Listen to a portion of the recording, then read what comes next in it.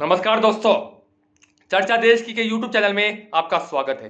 कर्नाटक के चुनाव के नतीजे आए हैं और कर्नाटक में बीजेपी की बहुत बड़ी हार हुई है। बहुत बड़ी हार क्यों हुई है ये आपको समझा देता हूं। पहले 1989 के बाद 1989 के बाद किसी पार्टी को पहली बार 130 से ऊपर सीटें मिली है। 130 से ऊपर सीटें मिली है, जी हाँ, 1989 के बाद, यानी कि लगभग आप समझ सकते हैं 35 सालों के बाद। और 1989 के बाद ही किसी पार्टी को पहली बार 40% से ज़्यादा वोट शेयर मिला है। यानी कि कांग्रेस की आज की पहले परफॉर्मेंस की बात करूं तो कांग्रेस ने 224 विधानसभा के सीटें वहां पे कर्नाटक में है, उसमें से 135 सीटों पर स्पष्ट जीत अभी तक हासिल कर ली है और 136 अभी चल रही है उनकी आगे। तो एक सीट पर आगे चल रहा है, 135 पर वो फुल मेजोरिटी पर है, यानी कि 136 आप मान लीजिए कुल मिलाकर वो कांग्रेस जीत चुकी है। 136 सीटें कांग्रेस यहाँ कर्नाटक के अंदर जीत चुकी है। बीजेपी की जो हालत है पतली हो गई है, बहुत बुरी हार बीजेपी की कर्नाटक में हुई है। 105 सीट से घटकर बीजेपी 64 पर आ गई है और उसका वोट शेयर भी घटा है और सिर्फ 36% रह गया है। कांग्रेस का वोट शेयर 43% हुआ है इस बार। जेडीएस की हालत खराब हो गई है, जेडीएस का पूरा वोट कांग्रेस को शिफ्ट हो गया है। जेडीएस 19 सीटों पर सिमट कर रह गई और अन्य के खाते में 4 सीट आई, यानी कि 224 विधानसभा की सीटें जहां कर्नाटक में है, 113 बहुमत होती है और बीजेपी ने यहाँ पर मेजोरिटी से बहुत दूर अपने आप को पाया जब तक रिजल्ट्स आ रहे थे तब तक, यानी कि बीजेपी बहुत दूर रह गई। जेडीएस तो बहुत सपने देख रही थी किंग मेकर बनने के, सौदेबाजी करने के, लेकिन उसका सपना पूरा नहीं हो पाया और कांग्रेस पार्टी ने इतिहास रच दिया है कर्नाटक में और 136 सीटें, ताबड़तोड़ जीत, बूस्टर डोज है कांग्रेस के लिए, 2024 के लिए भी मानना होगा। आज विपक्ष के नेता ममता बनर्जी, अखिलेश यादव, महबूबा मुफ्ती, तेजस्वी यादव, नीतीश कुमार,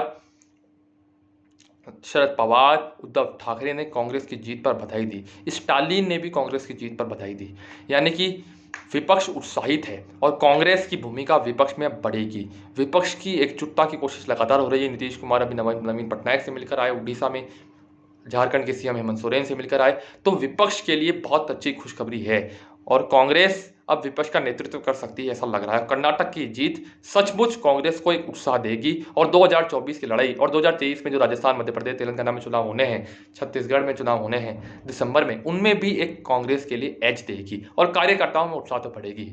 सबसे पहले इस चुनाव में कुछ बड़े फैक्टर्स आपको बताऊं तो सबसे पहला फैक्टर जो मैंने अपनी राजनीतिक विश्लेषण किए हैं, जो बातचीत की है, पता चला है कि कांग्रेस पार्टी ने रीजनल मुद्दों पर चुनाव लड़े। यही कांग्रेस ने हिमाचल प्रदेश में किया था, यही कर्नाटक में किया, जबकि बीजेपी राष्ट्रीय मुद्दों को उठाती रही।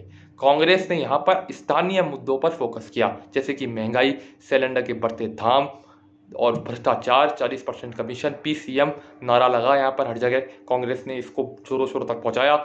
इसके अलावा गारंटीज, महंगाई, बेरोजगारी, इस तरह की बात कांग्रेस ने यहाँ की और यहाँ पर कांग्रेस को छप्पड़ फाड़कर इसका नतीजा मिला और जनता ने खुले दिल से, जो 10 मई को वोटिंग हुई थी, 65% वोटिंग हुई थी, उसका नतीजा आज आया है। खुले मन से यहाँ पे कांग्रेस को लिए मतदान दिया है। देखिए, कांग्रेस की ये जीत कई मायनों में अहम है। कांग्रेस के पास अब 4 राज्य हो गए, राजस्थान, छत्तीसगढ़, हिमाचल प्रदेश और कर्नाटक। 2024 के लिए, 2023 में आने वाले चुनावों के लिए कांग्रेस के लिए बड़ी जीत है। पहला फैक्टर, जैसा कि मैंने बताया, रीजनल मुद्दों पर चुनाव लड़ना और चुनाव के मुद्दों से नहीं भटकना। भ्रष्टाचार, महंगाई, बेरोजगारी, इन्हीं मुद्दों पर कांग्रेस रही। और सेकंड रीजन है इस चुनाव में बीजेपी की बुरी हार का, वो है बीजेपी की कमजोर लीडरशिप। जी हाँ, चाहे आप हिमाचल प्रदेश देखें, चाहे आप कर्नाटक देखें, एकदम बीजेपी के लिए एंटी इनकन्वेंसी थी और कमजोर लीडरशिप थी। नरेंद्र मोदी ने बहुत दम लगाया, रैलीज करी, लेकिन उसके बावजूद यहाँ पर बीजेपी की बहुत कमजोर लीडरशिप थी, यही कहना होगा। बसवराज बोमई एक अनपॉपुलर मुख्यमंत्री थे, हालांकि वो शिमगांव से अपनी सीट जीत चुके हैं, बसवराज बोमई साहब, लेकिन पार्टी को नहीं जिता सके। आप बीजेपी की हालत इसी से समझ सकते हैं कि कैबिनेट के 12 मंत्री चुनाव हारे, जिसमें से वी सोमन्ना, बीसी नागेश, इसके अलावा मैं आपको बताऊं,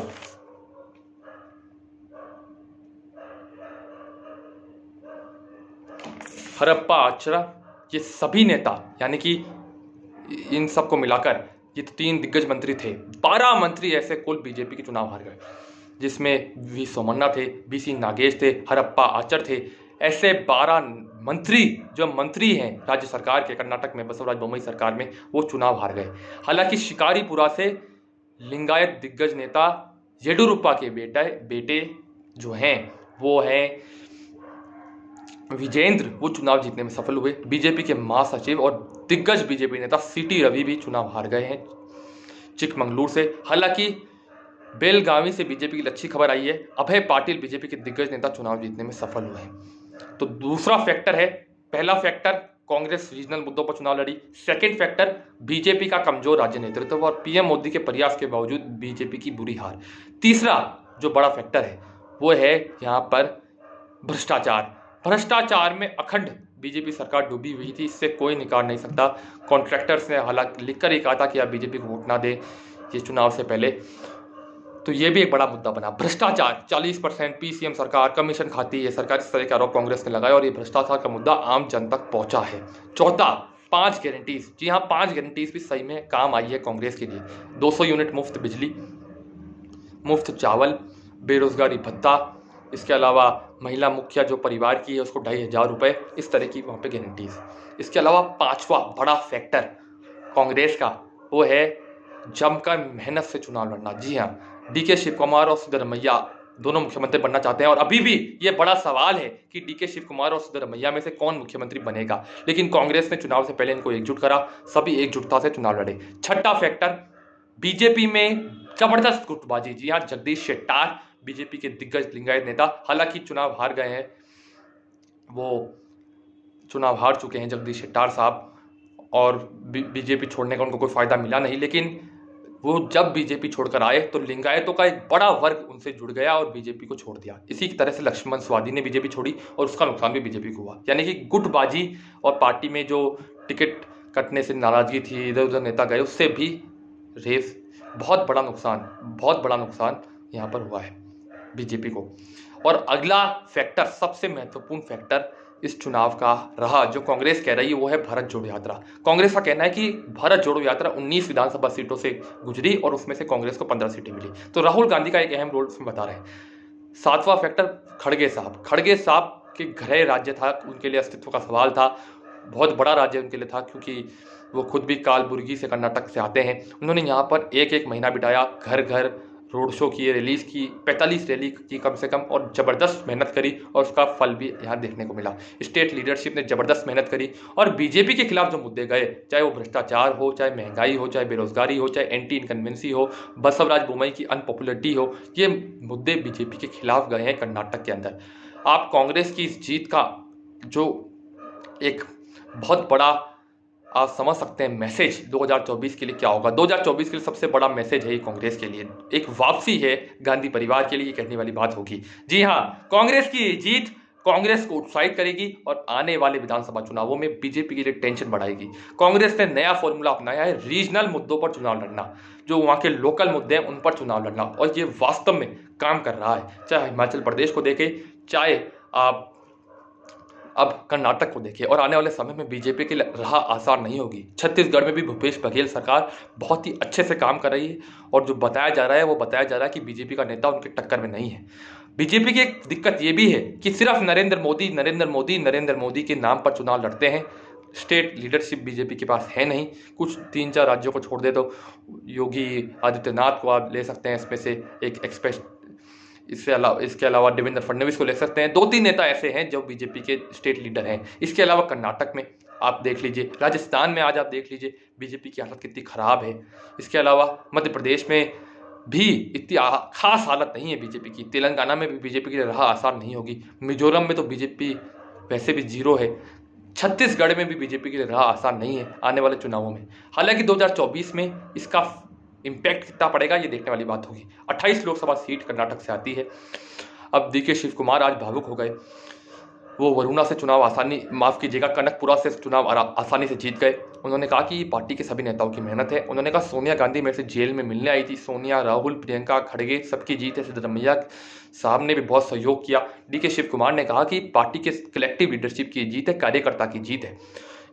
साथ में वरुणा से बीजेपी के दिग्गज नेता वी सोमन्ना को हराकर कर्नाटक के पूर्व सीएम और दिग्गज कांग्रेसी नेता सिद्धरमैया ने भी जीत हासिल करी और बीजेपी को झटका दिया। वरुणा और चामराजनगर दोनों सीट से वी सोमन्ना चुनाव हार गए। अब सिद्धरमैया वर्सेस डीके शिव कुमार शुरू होने वाला है कर्नाटक में। और मेरे हिसाब से जो लग रहा है जमीन पर, कर्नाटक में डीके शिव कुमार एक अच्छे नेता हैं, अच्छी रिसोर्ट पॉलिटिक्स करते हैं, अच्छे मनी मैनेजर हैं और बहुत अच्छा पैसा खर्च कर सकते हैं, बहुत लॉयल है गांधी फैमिली को। लेकिन सिद्धरमैया की जमीन पर पकड़ है, कर्नाटक के विधायकों तक उनकी पकड़ है और आने वाला समय बताएगा, कल परसों तक पता चल जाएगा कि कर्नाटक का सीएम कौन होगा। लेकिन मेरे को लगता है कि सिद्धरमैया मुख्यमंत्री हो सकते हैं, डीके शिव कुमार शायद उप मुख्यमंत्री या गृह मंत्री पद से संतुष्ट उनको करना पड़े। आज खड़गे, सुरजेवाला, डीके शिव कुमार और सिद्धरमैया ने साझा प्रेस कॉन्फ्रेंस भी करी। जेडीएस की हालत की बात करो तो जेडीएस की हालत बहुत खराब हुई। वो किंग मेकर तो दूर, किंग भी नहीं बन सकी, मेकर भी नहीं बन सकी, वो सिर्फ 19 सीटों पर सिमट गई। जेडीएस के लिए यहाँ बुरी खबर है। कुमारस्वामी हालांकि चंडगांव से अपनी सीट जीत गए, उनके बेटे निखिल कुमारस्वामी चुनाव हार गए। इसी के साथ जेडीएस बहुत वीक कर्नाटक में हुई है। अब आने वाले समय में जेडीएस को मजबूत होना होगा और कर्नाटक में 2028 में जो चुनाव होंगे उसमें अच्छे से आना पड़ेगा। कर्नाटक में JDS chief H D Deve Gowda और पूर्व प्रधानमंत्री एच डी देवेगौड़ा और पूर्व मुख्यमंत्री कुमारस्वामी ने कांग्रेस की जीत पर बधाई दी है। हालांकि बीजेपी के नेता बसवराज बोम्मई ने कहा कि ये मेरी हार है और मैंने इस्तीफा दे दिया है, अब हम इसकी समीक्षा करेंगे। बोम्मई, येडियुरप्पा ने हार मान ली है। कांग्रेस की ये जीत ऐतिहासिक जीत है और बीजेपी की हार बहुत बुरी है। कर्नाटक के नतीजे ये बताते हैं कि सिर्फ नरेंद्र मोदी के नाम पर, उनके काम पर आप कहीं चुनाव नहीं जीत सकते। चाहे आपने हिमाचल प्रदेश का उदाहरण देखा हो, चाहे आप कर्नाटक में देख रहे हो। और आने वाले चुनावों में भी बीजेपी के लिए राह आसान नहीं होगी। बीजेपी के लिए राह आसान नहीं होगी। चाहे आप राजस्थान को देख लीजिए, चाहे आप छत्तीसगढ़ को देख लीजिए, चाहे आप तेलंगाना को देख लीजिए। अब देखने वाली बात होगी कि बीजेपी इस हार के बाद किस तरह से वापसी करती है और किस तरह से आती है। हालांकि बीजेपी से कांग्रेस में आए जगदीश शेट्टार आज चुनाव हार गए।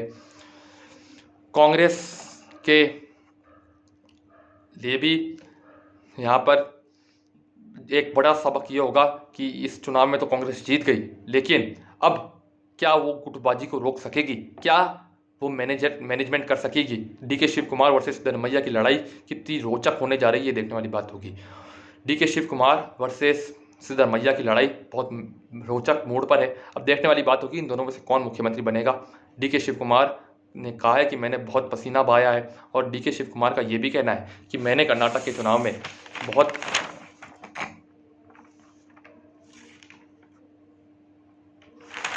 यहाँ पे पसीना बहाया है। इसी के साथ ही कांग्रेस के अध्यक्ष जो है यहाँ पे खड़गे साहब, उनके बेटे प्रियांक खड़गे भी चुनाव जीत गए। यानी कि प्रियांक खड़गे चुनाव जीत गए। खड़गे साहब के बेटे, येडियुरप्पा के बेटे विजेंद्र चुनाव जीतने में सफल हुए। हालांकि कुमारस्वामी के बेटे निखिल कुमारस्वामी चुनाव हार गए और ये चुनाव नतीजे थे। बीजेपी के लिए कई मुद्दे बहुत विफल रहे। भ्रष्टाचार कर्नाटक की जनता के मन में पहुंचा, महंगाई, बेरोजगारी से जनता परेशान थी और लोकल लीडर्स बसवराज बोम्मई की अनपॉपुलरिटी इतनी ज़्यादा थी कि बीजेपी को चाहकर भी कोई वोट नहीं दे सका। क्योंकि आप देखिए लिंगायत के 3-4 समुदाय ने, मैसूर से और चामराजनगर से एक खबर आई 2-4 दिन पहले, मैंने आपको बताया भी था मेरे वीडियो में कि उसने एक पावरफुल लिंगायत संगठन ने वोट दे दिया है, अपना समर्थन पत्र दे दिया है कांग्रेस को। कांग्रेस ने इस चुनाव में कई गलतियां कर दी, संप्रभुता का वो मुद्दा लेकर आई। इसी के साथ कई और विवाद यहाँ पर हुए और बजरंग बली के ऊपर जो बात हो रही थी वो तो आपको पता ही है। और उसके बाद आज विपक्ष नेता कह रहे हैं कि बजरंग बली को जोरदार थप्पड़ मारा है, जोरदार गदा मारा है बीजेपी को बहुत बुरी तरह से थप्पड़ मारा है बजरंग बली ने। और इसी के साथ ये तय हो गया है कि अब कर्नाटक का ये नतीजा बीजेपी के लिए एक बहुत बड़ा सबक है। सिर्फ नेशनल इश्यूज पर आप चुनाव नहीं जीत सकते। स्टेट लीडरशिप बहुत जरूरी है और लोकल लीडर्स जब काम नहीं करें, आपकी सरकार जब इतने भ्रष्टाचार में हो, इतनी अनपॉपुलर हो, जिसमें 12-12 मंत्री आपकी सरकार के चुनाव हार जाए, तो सचमुच ये बीजेपी पर सवाल उठता है। कांग्रेस ने बेहतरीन तरीके से चुनाव लड़ा। राहुल, सोनिया, प्रियंका खड़गे, सिद्धरमैया, डीके शिव कुमार और पार्टी के लोकल कार्यकर्ता चुनाव में लगे रहे और इस बार ऐसा लग रहा था कि हवा एक तरफा कांग्रेस की तरफ है। हालांकि बीच में ऐसा लगा कि शायद कांग्रेस का मामला थोड़ा डगमगा गया है, लेकिन उसके बावजूद कांग्रेस यहाँ जीतने में सफल रही। कांग्रेस तारीफ के काबिल है। कांग्रेस ने एक बहुत बड़ा राज्य अपने हाथ में ले लिया है। अब देखने वाली बात होगी कि कांग्रेस आने वाले 5 साल तक कर्नाटक में कैसा काम करेगी, राजस्थान, मध्य प्रदेश और छत्तीसगढ़ के चुनावों में इसका क्या इम्पैक्ट होगा। 2024 के चुनावों में कर्नाटक की 28 लोकसभा सीटों में कांग्रेस कितनी जीत पाएगी। कांग्रेस की ये बहुत बड़ी जीत है। जैसा कि मैंने कहा, 136 सीटें लाना कर्नाटक जैसे मुश्किल राज्य में बहुत बड़ी बात है। बीजेपी का सफाया हो गया है कर्नाटक से। ऐसे सिर्फ 64 सीटों पर कर्नाटक में बीजेपी सिमट गई है। उसके 10 साल का ये सबसे खराब रिकॉर्ड है। इसके बाद जेडीएस के लिए भी चिंता का विषय है। पिछले 15 सालों में ये जेडीएस का सबसे खराब रिकॉर्ड है। जेडीएस मैसूर इलाके में अपनी पकड़ मजबूत नहीं रखी। इसके अलावा सेंट्रल कर्नाटक, हैदराबाद कर्नाटक और मुंबई कर्नाटक जैसे इलाकों में बीजेपी को भारी नुकसान हुआ। महाराष्ट्र कर्नाटक बस विवाद हुआ था, आपको याद होगा, सीमा विवाद हुआ था, उसका नुकसान बीजेपी को भुगतना पड़ा मुंबई कर्नाटक में। तो ऐसे कई मुद्दे थे।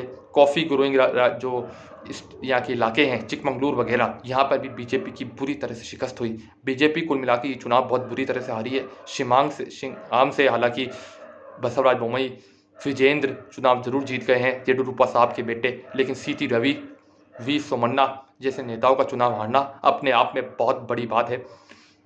शिक्षा मंत्री खुद चुनाव हार गए हैं, 12 मंत्री चुनाव हार गए। कर्नाटक के नतीजे 2024 को कितना प्रभावित करेंगे। प्रियंका, राहुल, खड़गे सब जश्न मना रहे हैं। दिल्ली से बेंगलुरु तक जश्न बन रहा है।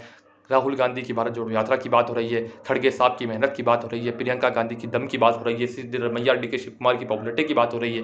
बीजेपी के खिलाफ नरेंद्र मोदी, अमित शाह के खिलाफ कांग्रेस कैंपेन कर रही है कि उनकी हार है। नरेंद्र मोदी ने यहाँ 22 रैली करी, अमित शाह ने 25 और जेपी नड्डा ने 40 रैली करी। पूरा का पूरा केंद्रीय नेतृत्व बीजेपी का कर्नाटक के लिए लग गया, पूरे दम से नरेंद्र मोदी चुनाव में लग गए। लेकिन उसके बावजूद कांग्रेस की जीत कहीं ना कहीं बीजेपी के लिए बहुत बड़ा झटका है। और ये एक सबक भी है कि आप सिर्फ नरेंद्र मोदी नरेंद्र मोदी नरेंद्र मोदी एक ही नाम से आप चलते हैं, उसके अलावा आपके पास कुछ बोलने को नहीं है। आप कर्नाटक में आके नरेंद्र मोदी की बात करते हैं, नेशनल इशूज़ की बात करते हैं, आप ये नहीं बताते कि आपने 5 सालों में क्या किया। आपके पास स्टेट लीडरशिप नहीं है, स्टेट पोटेंशियल नहीं है। कई राज्यों में, जैसा कर्नाटक में आप देख रहे हैं, कि राजस्थान में देख रहे हैं, छत्तीसगढ़ में देख रहे हैं, तेलंगाना में देख रहे हैं, उड़ीसा में देख रहे हैं, बंगाल में देख रहे हैं, बिहार में देख रहे हैं, 3-4 राज्यों को छोड़ दें, आसाम, उत्तर प्रदेश, महाराष्ट्र वगैरह को, उसके अलावा बीजेपी के लिए चिंता का सबक है। और बीजेपी को समझना होगा कि सिर्फ मोदी के नाम पर चुनाव नहीं जीता जा सकता। ये जनता ने बीजेपी को बहुत बड़ा सबक दे दिया है। कांग्रेस की 5 गारंटियां आज काम आ गई।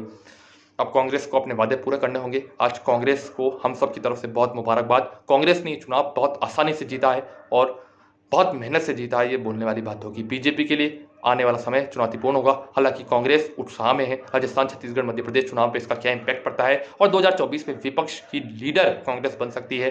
टीएमसी, समाजवादी पार्टी, आम आदमी पार्टी, शिवसेना, एनसीपी क्या कांग्रेस के साथ आएंगे? वो बधाई तो दे रहे हैं, क्या वो कांग्रेस की नेतृत्व को, कांग्रेस की लीडरशिप को स्वीकार करेंगे? ममता बनर्जी ने कहा है बीजेपी हटाओ देश बचाओ, ये एक ही नारा है।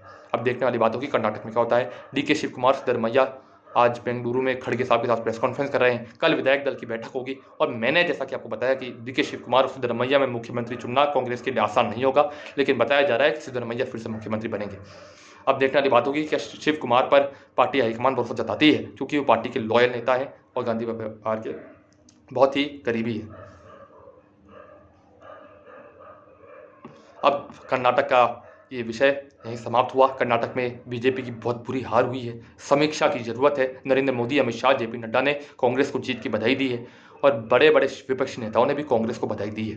राहुल गांधी और प्रियंका गांधी, खड़गे साहब ने, रॉबर्ट वाड्रा ने कर्नाटक की जनता को धन्यवाद किया है। डीके शिव कुमार और सिद्धरमैया अपनी अपनी सीट से तो चुनाव जीत गए, कनकपुरा और वरुणा।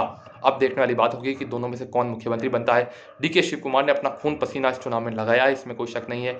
बहुत रैली करी, वो बीमार थे, उन्होंने फिर भी रैली करी और उन्होंने बताया भी कि सोनिया गांधी मेरे से जेल में मिलने आई थी। बहुत भावुक हो गए वो। क्या डीके शिव कुमार पे भी हाईकमान दाव लगा सकता है या दिग्गज नेता सिद्धरमैया पर ही दाव लगाया जाएगा? दोनों वोकालंगा समुदाय से आते हैं और बहुत बड़े वोकालंगा वोट बैंक को लेकर अपने साथ आते हैं। देखने वाली बात होगी क्या होता है कर्नाटक में।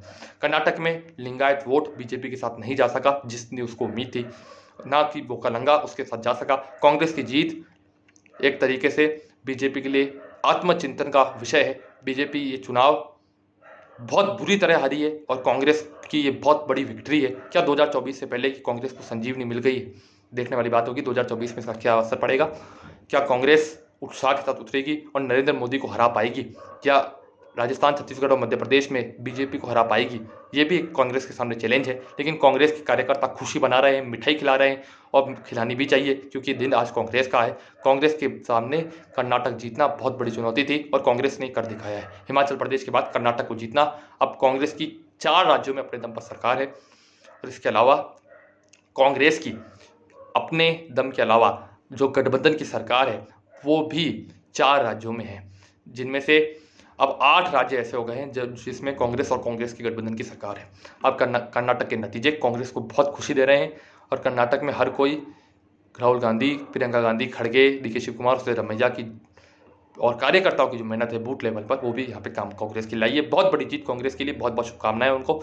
अब आगे चलते हैं, आगे बात करते हैं महाराष्ट्र की। देखिए महाराष्ट्र में झटका लगाया उद्धव ठाकरे को। सुप्रीम कोर्ट ने बड़ा डिसीजन दिया है, शिवसेना बनाम शिवसेना। आपको पता होगा कि उद्धव ठाकरे की पार्टी कैसे चले गई, उनका पार्टी का सिंबल कैसे चले गया एकनाथ शिंदे के पास। लेकिन अब खबर आई है सुप्रीम कोर्ट के चीफ जस्टिस HS चंद्रचूड़ और शाह साहब, जो 3-4 जस्टिस थे यहाँ पे, वो उन्होंने फैसला सुनाया। उन्होंने कहा है कि अगर उद्धव ठाकरे इस्तीफा नहीं देते तो उनकी सरकार को बहाल किया जा सकता था। यानी कि उद्धव ठाकरे ने गलती करी इस्तीफा देकर। अब उद्धव ठाकरे ने ये गलती करी तो उन्हें भुगतना तो पड़ेगा ही। उन्होंने ये भी कहा कि राज्यपाल की जो भूमिका है वो शक के दायरे में। आपको पता है कि राज्यपाल बीजेपी का है, भगत सिंह कोश्यारी साहब तो उनकी भूमिका भी शक के दायरे में बताया सुप्रीम कोर्ट ने। और सुप्रीम कोर्ट का कहना है कि राज्यपाल को कोई हक नहीं है कि वो फ्लोर टेस्ट बुलाए। पार्टी कानूनी मामला है और पार्टी इसका फैसला खुद करती है। स्पीकर की भूमिका पर उन्होंने सवाल उठाया कि अयोग्य क्यों नहीं ठहराया गया विधायकों को। अब उद्धव ठाकरे इस पर कह रहे हैं कि अब हम इसको सुप्रीम कोर्ट पे चैलेंज करेंगे कि स्पीकर साहब इसको अयोग्य क्यों नहीं ठहरा रहे हैं विधायकों को, 16 विधायकों को। अगर 16 विधायक यहाँ अयोग्य हो जाते, जैसा कि होने ही वाला था, बीजेपी और शिवसेना शिंदे सरकार बच गई बार बार और अब वो कंफर्टेबल मेजोरिटी में है। हालांकि उद्धव ठाकरे कह रहे हैं कि अभी सुप्रीम कोर्ट में वापस अपील करेंगे कि स्पीकर ने क्यों अयोग्य नहीं ठहराया इन विधायकों को। उद्धव ठाकरे के लिए बड़ा झटका है। उद्धव ठाकरे ने अभी आपको पता हो शरद पवार की किताब आई थी, उसमें भी उन्होंने कहा कि हार मान ली उन्होंने बिना कोई मेहनत किए। उद्धव ठाकरे ने सिर्फ और सिर्फ ये सोच चुके थे कि अब मेरी सरकार जा चुकी है। अगर वो इस्तीफा नहीं देते, उस समय विधानसभा में जाते, वोटिंग होती और उस समय उनकी सरकार जाती, तो उनकी सरकार आज वापस बहाल हो जाती। लेकिन अब एकनाथ शिंदे के मास्टर स्ट्रोक के सामने उद्धव ठाकरे ढेर हो गए हैं। उद्धव ठाकरे के लिए बहुत बुरी खबर है और अभी उनके पास एक रास्ता और है, सुप्रीम कोर्ट में एक बार और अपील करने का। उनकी पार्टी जा चुकी है, सरकार बच सकती थी इस्तीफा नहीं देते तो। उन्होंने क्यों इस्तीफा दिया ये तो वही बता सकते हैं। और उन्हें लगा होगा कि मेरी सरकार अब मेजोरिटी के नीचे है। लेकिन अगर वो विधानसभा में जाते, आखिरी लड़ाई लड़ते, तो उनकी सरकार आज बहाल हो जाती। इस सुप्रीम कोर्ट ने कहा कि हम की सरकार वापस बहाल नहीं कर सकते, क्योंकि उद्धव ठाकरे ने खुद ही इस्तीफा दिया है। अब देख लीजिए आप, उद्धव ठाकरे ने कितनी जल्दबाजी करी है। तो उद्धव ठाकरे को राजनीति समझने में भी टाइम लगेगा। अब तीसरी खबर बीजेपी के लिए एक और बुरी खबर है। जी हाँ, खबर आई है दिल्ली सीएम अरविंद केजरीवाल की ओर से। दिल्ली सीएम अरविंद केजरीवाल और LG का जो विवाद है वो अब आखिरी चरण पे पहुंच चुका है। सुप्रीम कोर्ट ने बड़ा डिसीजन सुनाया कि नौकरशाही जो सर्विसेज है वो दिल्ली सरकार के पास रहेगी, LG के पास नहीं रहेगी। ये सुप्रीम कोर्ट में मामला चल रहा था बहुत दिनों से। इससे केंद्र सरकार और बीजेपी को बहुत बड़ा झटका लगा है और अरविंद केजरीवाल मिठाई खा रहे हैं। अब सर्विसेज उनके पास आ गई है, पुलिस वैसे भी अरविंद केजरीवाल के पास नहीं है, कानून व्यवस्था उनके पास नहीं है, सर्विसेज तो कम से कम उनके पास आनी ही चाहिए थी। ये आपके वो कह रहे हैं और आपके लोग जश्न मना रहे हैं। अब अगली खबर आई है राजस्थान को लेकर। देखिए राजस्थान में एक बार फिर नाटक शुरू हो गया है। जन संघर्ष यात्रा सचिन पायलट अजमेर से जयपुर तक निकाल रहे हैं और अशोक गहलोत ने एक बड़ा बयान दिया, उसके खिलाफ ये यात्रा है। अशोक गहलोत ने धौलपुर में राजस्थान में कहा कि वसुंधरा राजे, कैलाश मेघवाल ने मदद करी है मेरी सरकार बचाने में। और बीजेपी के अमित शाह, धर्मेंद्र प्रधान और गजेंद्र शेखावत ने 10-10 करोड़ रुपए हमारे विधायकों को दिए थे ताकि वो दूसरी पार्टी में चले जाए। लेकिन वसुंधरा राजे और कैलाश मेघवाल ने कहा कि ये एक चुनी हुई सरकार है, इसको हमें नहीं गिराना चाहिए। तो उन्होंने कहा कि बीजेपी के नेता वसुंधरा राजे और कैलाश मेघवाल ने मेरी सरकार बचाई है। और सचिन पायलट पर जमकर निशाना साधा, कहा ये लोग धोखेबाज हैं, पैसे लेकर दूसरी पार्टी में जाना चाहते थे। अब इस पर सचिन पायलट ने एतराज जताया। उन्होंने कहा कि उनकी नेता सोनिया गांधी नहीं, वसुंधरा राजे है। राजस्थान में बवाल हो रखा है। हालांकि वसुंधरा राजे ने कहा है कि गहलोत ने मेरे नाम का गलत इस्तेमाल किया है। अब सचिन पायलट जन संघर्ष यात्रा निकाल रहे हैं। सचिन पायलट की यात्रा से क्या प्रभाव पड़ता है मैंने आपको बताया कि सचिन पायलट बनाम अशोक गहलोत लड़ाई कांग्रेस के लिए यहाँ राजस्थान में भारी पड़ सकती है। इसके अलावा आपको एक चीज़ बताऊं, नरेंद्र मोदी यहाँ पर आए हुए थे राजस्थान, और नरेंद्र मोदी ने माउंट आबू में जमकर कांग्रेस पर हमला बोला। उन्होंने कहा कि कांग्रेस में ऐसे लोग हैं जो ऐसे मुख्यमंत्री आज है जो अपने विधायकों में निशाना साधते हैं। हालांकि अशोक गहलोत और नरेंद्र मोदी की दोस्ती की हर जगह तारीफ होती है, लेकिन आज नरेंद्र मोदी ने अशोक गहलोत पर हमला बोला। तो अशोक गहलोत ने भी नरेंद्र मोदी को आग दिखाई। उन्होंने कहा कि केंद्र सरकार को राज्य सरकार की मदद करनी चाहिए, प्यार मोहब्बत से सरकार चलानी चाहिए। एक दिन पहले नरेंद्र मोदी के आने से पहले राहुल गांधी भी आबू रोड आए, उन्होंने यहाँ पे मेडिटेशन किया, ध्यान किया। तो राजस्थान में भी सरगर्मी तेज हो चुकी है। नरेंद्र मोदी, राहुल गांधी राजस्थान आ चुके हैं। सचिन पायलट बनाम अशोक गहलोत का मुकाबला आखिरी दौर पे है। जैसा कि मैं कह चुका हूँ, सचिन पायलट अलग पार्टी बना सकते हैं, लेकिन अशोक गहलोत वर्तमान में राजस्थान में, मैं आपको बताऊं, ग्राउंड पे जो रियलिटी है वो यही है कि बहुत मजबूत है। अगर सचिन पायलट जाते हैं तो जरूर नुकसान होगा, लेकिन सचिन पायलट के बिना जाए, अगर सचिन पायलट को वो रोक लेते हैं कैसे भी, तो सचमुच कांग्रेस यहाँ राजस्थान में आज की तारीख में वापसी कर सकती है। जिस तरह से महंगाई राहत कैंप चल रहा है, और हमारे गांव के पास गांव गांव तक इसकी चर्चा है। महंगाई राहत कैंप, सिलेंडर दामों में ज़बरदस्त गिरावट, महंगाई से ज़बरदस्त गिरावट। इसके अलावा कई और चीज़ें हैं, जैसे कि आप देख सकते हैं चिरंजीवी स्वास्थ्य बीमा, और गैस सिलेंडर, बिजली, महिलाओं को मुफ्त यात्रा, रोडवेज में 50% किराया है शायद, और इसके अलावा 100% यूनिट बिजली थी पहले, अब 100 यूनिट मुफ्त बिजली, 2000 यूनिट मुफ्त बिजली किसानों के लिए। तो राजस्थान में Ashok Gehlot right to health bill, इस तरह की योजनाओं से क्या जनता को प्रभावित कर सकेंगे? अशोक गहलोत क्या सरकार वापस बना सकेंगे? और अशोक गहलोत का जादू, उनकी जादूगरी वापस चल सकेगी? अजमेर में वो 3 बार 35 दिनों में आ चुके हैं, और ये ऐसा लग रहा है कि अशोक गहलोत बहुत बड़े मूड में है और सरकार बनाने के मूड में है वापस। लेकिन सचिन पायलट से उनको बहुत बड़ा खतरा है। देखने वाली बात होगी सचिन पायलट उनका क्या बिगाड़ पाएंगे राजस्थान के अंदर। अब बात करते हैं पाकिस्तान की। देखिए, पाकिस्तान में हालत खराब है। पाकिस्तान में आपको पता है इमरान खान एक यात्रा निकाल रहे थे, बहुत दिन पहले वहां पे हमला हुआ था इमरान खान पर। अब 1-2 दिन पहले इमरान खान को गिरफ्तार कर लिया गया। अल कायदा ट्रस्ट केस, भ्रष्टाचार के कई केस उन पर थे, और इमरान खान ने हालांकि कहा कि शहबाज सरकार और सेना की साजिश है। इमरान खान पर भ्रष्टाचार के जबरदस्त आरोप लगे, लेकिन सुप्रीम कोर्ट ने 2 दिनों के अंदर ही शहबाज सरकार और सेना को जोरदार जवाब दिया और इमरान खान की रिहाई कर दी।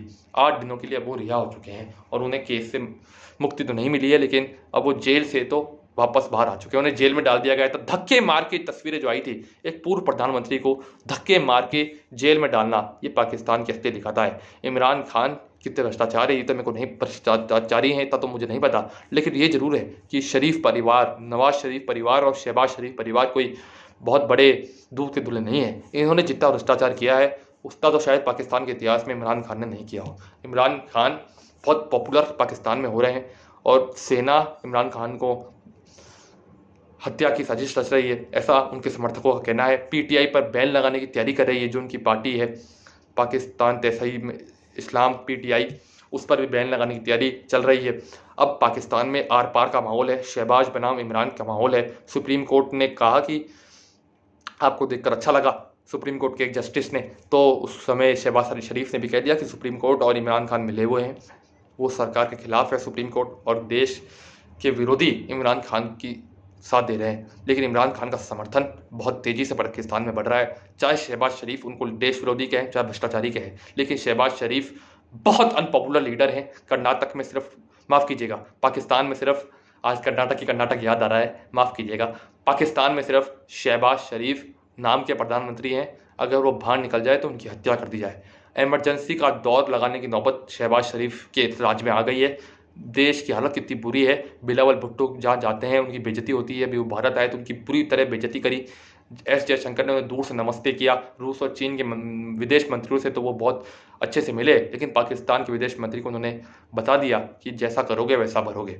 तो शहबाज शरीफ की हालत कोई अच्छी नहीं है, और शहबाज शरीफ बहुत अनपॉपुलर प्राइम मिनिस्टर है, और इमरान खान के सामने उनकी कोई औकात नहीं दिख रही है। ये कहना है पीटीआई के समर्थकों का। हालांकि इमरान खान बनाम शहबाज शरीफ की सरकार, कौन जीतेगा कौन हारेगा ये तो समय बताएगा, और आगे वाले केस में इमरान खान के साथ क्या होता है ये भी देखने वाली बात होगी। अब बात यूपी निकाय चुनावों की। देखिए, यूपी में बीजेपी के लिए बहुत अच्छी खबर आई है। बीजेपी ने 17 की 17 मेयर सीट पर चुनाव जीत लिए हैं। इसके अलावा 199 नगर पालिका अध्यक्ष चुनावों में 99 पर बीजेपी की जीत हुई है। इसके अलावा 544 नगर पालिका पंचायत चुनावों में भी 199 पर बीजेपी, 79 पर समाजवादी पार्टी, 46 पर बसपा और 8 पर कांग्रेस की जीत हुई है। यानी कि यूपी में योगी आदित्यनाथ ने क्लीन स्वीप कर दिया है सपा, बसपा और कांग्रेस को। और यूपी में योगी आदित्यनाथ ने सुपड़ा साफ कर दिया है समाजवादी पार्टी का। समाजवादी पार्टी ने 2 लोकसभा सीट भी गंवा दी बीजेपी के हाथों अपना दल से, जो बीजेपी की सहयोगी दल है। बीजेपी के लिए यूपी के नतीजे राहत देने वाले हैं। कर्नाटक की हार बहुत दुखद है बीजेपी के लिए, बहुत चिंता का विषय है, बहुत दुखद है। लेकिन बीजेपी के लिए यूपी की जो जीत है, बहुत प्रचंड जीत है, वो बहुत सुखद है।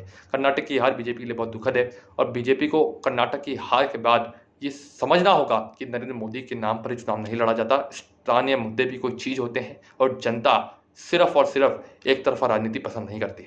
अब आखिरी खबर की बात करें तो उपचुनावों की बात करते हैं। उपचुनावों में जालंधर में आम आदमी पार्टी ने जबरदस्त जीत हासिल करी और आम आदमी पार्टी के चीफ अरविंद केजरीवाल ने कहा कि परिवारवाद की राजनीति का अंत हुआ है। बीजेपी और कांग्रेस ने अपने नेताओं के रिश्तेदारों को चुनाव में टिकट दिया था।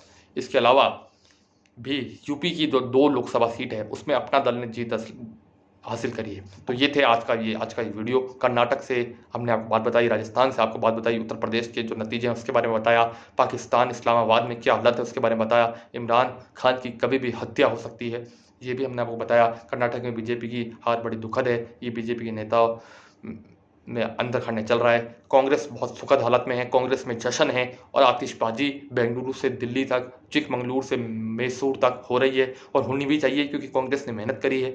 बीजेपी ने